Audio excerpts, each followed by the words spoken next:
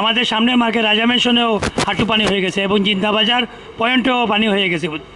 এখন আমরা পানিবন্দী আছি, আমরা কি করব? আমরা সকলের সাহায্য সহযোগিতা কামনা করছি এবং আমাদের জমির বিভিন্ন অঞ্চলে বিভিন্ন জায়গায় আউদিন স্টেট, বনখলাপাড়া, সুবিধবাজার, পাঠানটুল্লা, খাস্তবির, এইদিকে সব দিকে হাঁটু পানি, গাড়ি ঘোড়া অনেক বন্ধ হয়ে গেছে।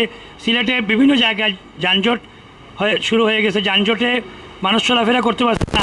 আমাদের জন্য সবাই দোয়া করবেন আমরা যাতে এখান থেকে উত্তোলন হতে পারি। আমাদের সিলেটের অল্পতে জলাবদ্ধতা সৃষ্টি হয়ে যায় বৃষ্টির পানিতে। এটা দূর করতে হলে আমি মনে করি সিটির একটি পরিকল্পিত আমাদের যত নলা আছে, খালবিল আছে কিংবা খালবাট আছে, সেইগুলো যাতে পরিষ্কার করে একটি সংযোগ তৈরি করা হয় যাতে পানি তাড়াতাড়ি নেমে যায়, সেটা আমি সিটি এবং রাষ্ট্রের প্রতি অনুরোধ জানাই। এই দেখেন আমাদের সিলেটের রাজা মেনশন, অল্পতে বৃষ্টি হলে মার্কেটে পানি উঠে যায়।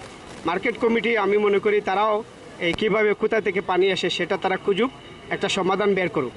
সিটির জন্য আমরা চাই যে আমাদের মানুষগুলা শান্তিতে চলুক এবং যাতে কোনো প্রকার কষ্ট না হয় সেই দিকেই যেন প্রশাসন নজর দেয়।